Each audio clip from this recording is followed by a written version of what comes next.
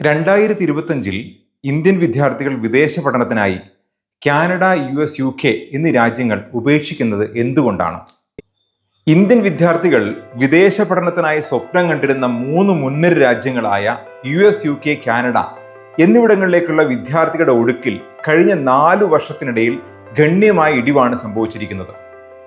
2023 6 ലക്ഷത്തിലധികം വിദ്യാർത്ഥികൾ വിദേശ പഠനത്തിനായി US, UK, കാനഡ സെലക്ട് ചെയ്തെങ്കിൽ 2024 ആകുമ്പോഴേക്കും അത് 4.4 ലക്ഷമായി കുറയുകയുണ്ടായി.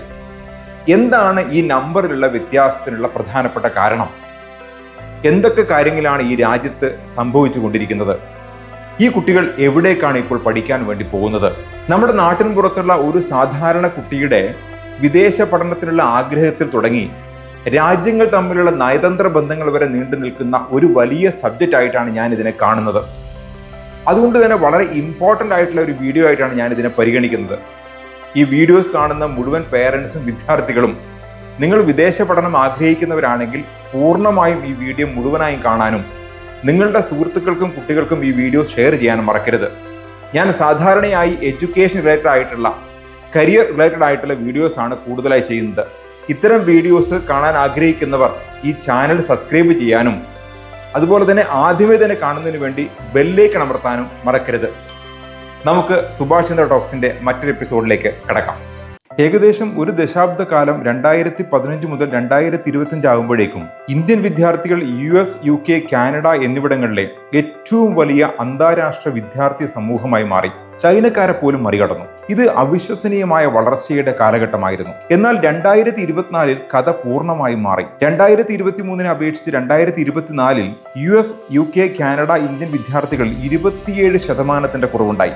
ഈ രാജ്യങ്ങളിലെ കുറവ് വിദേശത്തേക്ക് പോകുന്ന മൊത്തത്തിലുള്ള വിദ്യാർത്ഥികളുടെ കുറവിനേക്കാൾ രൂക്ഷമാണ്. 2023 6,04,924 വിദ്യാർത്ഥികൾ വിദേശത്ത് പോയപ്പോൾ 2024 4,40,556 കുറഞ്ഞു. അതേസമയം മൊത്തത്തിലുള്ള മൈഗ്രേഷന്റെ കുറവ് 15% 2023 വിദേശ പഠനത്തിനായി മൊത്തത്തിൽ പോയ വിദ്യാർത്ഥികളുടെ എണ്ണം 8,92,982 ആയിരുന്നെങ്കിൽ 2024 അത് 7,59,064. ഇനി നമുക്ക് ഓരോ രാജ്യത്തെയും സെപ്പറേറ്റ് കണക്കെടുത്താൽ കാനഡയിൽ 32 മുതൽ 41% പഠന പെർമിറ്റുകളിൽ കുറവുണ്ടായി. ടോട്ടൽ എൻറോൾമെന്റ് 44% കുറഞ്ഞു. 2023 2,33,532 ഉണ്ടായിരുന്നത് 2024 ആകുമ്പോഴേക്കും 1,37,068 കുറയുകയുണ്ടായി.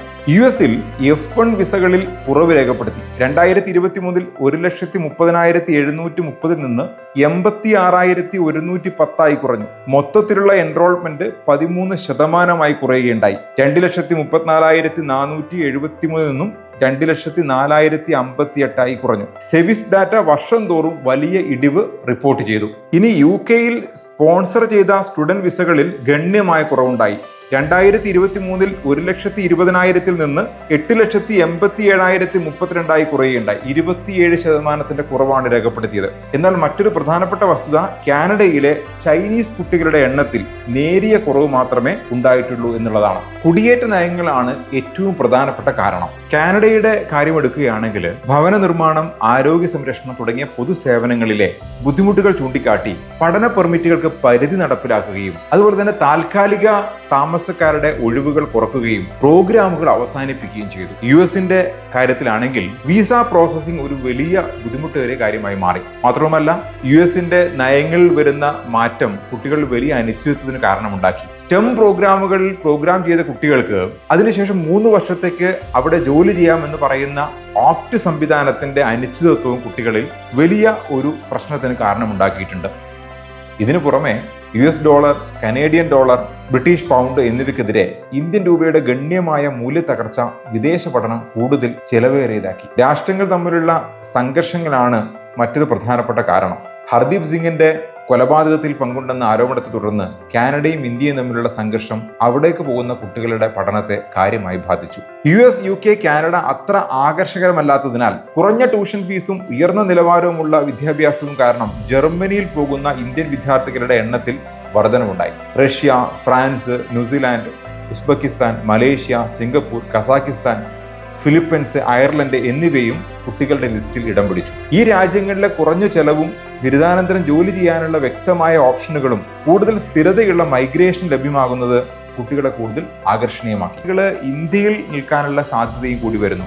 മറ്റൊരു പ്രധാനപ്പെട്ട കാരണം എന്ന് പറയുന്നത് ഒരു ഇന്റർനാഷണൽ ഡിഗ്രിയേക്കാളും ഏതെങ്കിലും ഒരു സ്കിൽ നേടിക്കൊണ്ട് അത്തരം മേഖലകളിൽ ജോലി ലഭിക്കാനുള്ള സാധ്യതയെക്കുറിച്ചും ഇന്ത്യൻ വിദ്യാർത്ഥികൾ കാര്യമായിട്ട് പരിഗണിക്കുന്നുണ്ട്.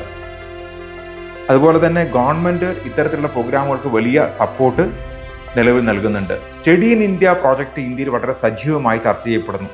ഇതെല്ലാം കൊണ്ട് തന്നെ ഇന്ത്യൻ എഡ്യൂക്കേഷൻ മാർക്കറ്റ് വളരെ സജീവമായിട്ടാണ് പോകുന്നത്.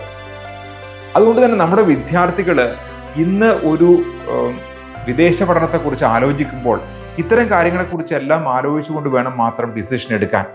ഒരു കുട്ടിയുടെ വിദേശ പഠനം എന്ന് പറയുന്നത് രാജ്യങ്ങൾ തമ്മിലുള്ള നയരൂപീകരണം, ആഭ്യന്തര സാമ്പത്തിക സാഹചര്യങ്ങൾ, അതുപോലെ തന്നെ ബദൽ ലക്ഷ്യസ്ഥാനങ്ങൾ, കുടിയേറ്റ നയങ്ങൾ, ഇവയെല്ലാം ബന്ധപ്പെടുത്തിക്കൊണ്ടാണ് മുന്നോട്ട് പോകുന്നത്. നമുക്കറിയാം, നമ്മുടെ നാട്ടിലെ ഒരു സാധാരണ രക്ഷകർത്താവ് ഒരു വിദ്യാർത്ഥിയെ വിദേശ പഠനത്തിന് അയക്കുമ്പോൾ അവനെ സംബന്ധിച്ച് മാനസികമായിട്ടുള്ള ഒരുപാട് പ്രയാസങ്ങളും അതിൻ്റെ കൂടെയുണ്ട്.